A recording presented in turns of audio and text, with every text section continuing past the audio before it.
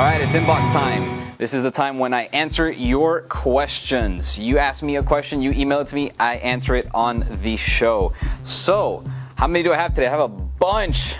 Let's get some of these out of the way. Now, you guys have some really good questions. Always keep in mind, whenever you guys have questions on anything that I do in the videos on the show, go ahead, email me. I always provide you my email address. I do reply to as many as I can. I do get like 200 a day. It's really tough to keep up, but I'll always try my best to answer your questions as quickly as possible.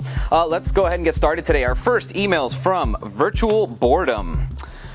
And it goes, right now I'm gathering items to build a new PC. I don't want to spend over $1,000 on video cards.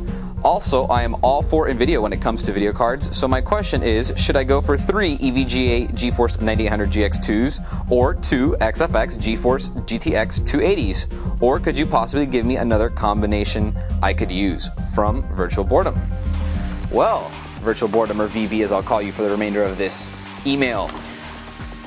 I don't think you can use 3 9800 GX2s, so I wouldn't try it. There's no drivers for that. Remember, the GX2 has 2 GPUs in it, so when you run 2 of them, you're already using quad SLI, and there is no 6-way SLI or sextuple SLI, whatever you want to call it. So no, you definitely are not going to be able to do that. What you're going to want to do is the 280 GTXs. You can do 2 right now for the same price, and then that leaves you with that option to get the 3rd one in the future. That's going to give you the best performance. You get all 2 of those or 3 of those in there. You overclock them as far as they'll go. That's going to give you the top performance you can on your motherboard and with your video cards. Next email from James. Hello, James.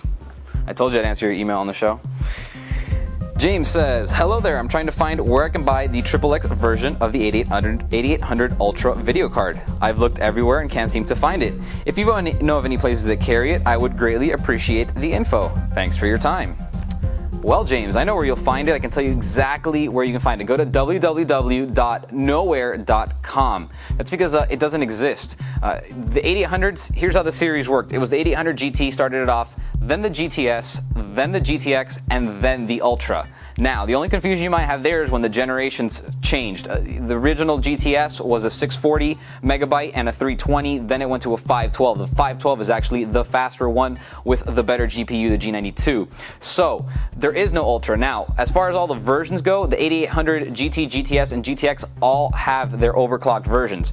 XXX, SC, SSC, Alpha Dog, you name it, there's a whole bunch of them, and every company has their different ones. Usually most manufacturers make about 3 per card. So if you're doing 3 of the 3, the GT, the GTX, and the GTX, there's 9 of them in total. It's pretty confusing. But for the Ultra, you're just going to stick to the regular Ultra. That's why it's called the Ultra. There is nothing else. The only thing that did exist at one point in time was the Black Pearl, which was a water-cooled version of the 8800 Ultra. Now, if you want to build a system high-end like with the Ultra, take a look at the new cards that just came out. Take a look at the 4870, take a look at the 280 GTX if you have an SLI board, and keep in mind there's some new cards coming out soon too, so keep an eye out for the 4870 X2. It's going to be very powerful when it does come out, and there's going to be overclocked versions of all those cards, so those will all be very powerful. On to the next one. Lewis. Hey Lewis, how's it going? Albert, I have a question about the Diamond 4870. You see, I have an EVGA 750i for the win motherboard I just bought, and I'm still undecided about what video card to go for. Due to a really tight budget, I can only go for 1 card for quite a while. Anyway, my question is, since I got an NVIDIA board, will the ATI card run on it, or will there be compatibility issues? The board does have PCI Express X16 2.0, so just curious before drop all that money on a card that may not work in my setup. Current setup's a 750 for the win, 2 gigs of OCZ 800 MHz RAM, a Q6600, and an 850 watt PSU. I'll tell you what, Lewis, the 750i board is great. If you're going to be running 1 card, that's actually a tough question. Normally, since you're running an SLI board, you kind of want to stick with SLI so you can get a second one. But if you're not going to do that, then you do have the option to run the ATI cards, which do give you more bang for buck. So if you're going to run 1 card, and it's going to be like that way for a long time, stick with like a 4870, a 4850. If you are going to run SLI in the future, though, then it makes more sense to get an SLI card. So for now, single card one, look at the 4850. It's $200. It's an awesome card, very fast, very powerful. If not, if you have more money, the 4870, and then if you want to run SLI, look at the 260 and the 280 or the 9800 GTX Plus, which is that's the first 55nm GPU from NVIDIA. So everything else was 65. This is the first one with a die shrink, so it's going to run cooler, more efficiently, better, faster, etc., etc., etc. I hope that answers that for you, James. Let's go on to the next question. This is from Shane. Hey man, I'm building a new system, but I want to check out the specs and tell me what you think. At the recommendations, you can include them. Okay, here are the specs. Damn, dog. Alright, a Candoff full tower case, 780i NVIDIA motherboard, a Core 2 Duo E8500, a Western Digital Caviar SE16 500GB hard drive, Sony drive, Mascal CPU cooler, 4 gigs of RAM, a 9800 GTX, two 9800 GTXs, a Logitech EX10 cordless desktop, a 22-inch Acer monitor, and an X3 1000 watt power supply. I'll tell you what, Shane, everything that you just listed actually sounds really, really good. I like all of it. Now, there are a few tweaks I would make though. First of all, to save you money in a few little places here and there and get you better stuff where it counts, processor and GPU, the E8400 is going to be a great replacement for the 8500. It's just a little bit slower. You can definitely overclock it very easily to be as fast as the E8500 and save yourself just a few dollars. Not a lot, but enough to make a difference, enough to improve the overall setup when you spend that money elsewhere. What else? Two 9800 GTXs. That would take up 2 slots, and now you're stuck. So if you are going to do 9800 GTXs, wait for the pluses to come out.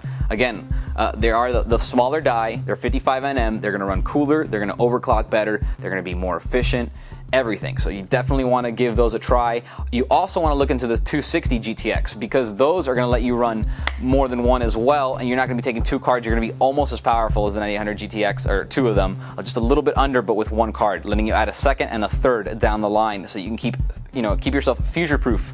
So you can keep upgrading down the line. Don't have to replace your motherboard. Don't have to get new cards. You just add another one. What else? The 22-inch monitor, no problem. The cordless desktop. Are you gaming? Are you? I mean, if you're gaming, you cannot use a cordless desktop. It's not that it doesn't work, it's just not the best idea. It's not 100%. And it comes down to the point where if you're playing someone that's just as good as you, it's that little advantage that he might just kick your butt because you had a little bit of lag on your mouse. You definitely want to go with a gaming mouse. If you look at the gaming mouse and the gaming keyboards, they're all wired. Every single one. There are no cordless ones. And if they're out there and they exist, I'm sorry, but they probably are not as good. And then on the 1000 watt power supply, not really a problem. It's a little bit overkill. You probably won't need it, but it's definitely good for the future. And the Ultra X3 is actually pretty good, especially for the money. It's under $300, so I have no problems with that. But if you want to save yourself a little bit more dough, you want maybe you can put it into a processor. Maybe get yourself a Q9450. If you drop down on the RAM a little bit, you had 4 gigs, you only need 2. Drop down on the 2 video cards and get 1 more powerful card. Don't run the E8500. Run the E8400. Things like that. You can put the money elsewhere. So you got to pay attention to what you're doing with everything. But overall, great setup. You're going to play games really fast, no problem. Alright guys, so you have emails from me, you have questions, send them my way. I will try to answer them as quickly as possible. For now, it's Friday, I'm going home, I'm out. See you guys later.